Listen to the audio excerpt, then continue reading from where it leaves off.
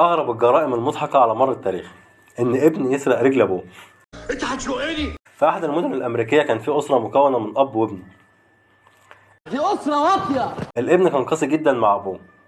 الأب عمل حادثة وفقد رجله في الحادثة دي، وعشان يعوض نسبة العجز دي قرر إن هو يعمل رجل خشبية. بس الأب برضه بعدها دخله قل وبقى عنده مشاكل كتير، فقرر إن هو ما عادش يصرف على ابنه نهائي. انت بخيل. الواد زعل جدا واتجنن وقال لك لا، أنا هنتقم من أبوي. لا يا صح يا بابا. دخل الابن البيت متخفي ونجح فعلا إن هو يسرق رجل أبوه الخشبية دي. شرفت يا اخويا. الأب عرف، راح مبلغ عن ابنه. الشرطة قبضت على الولد. هتطوح حته ترمون الكلاب.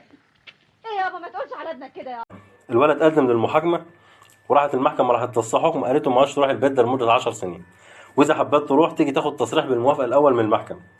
كلام بعيب عيب. الأب فرح وهاص وقال لك أنا كده اتخلصت من ابني.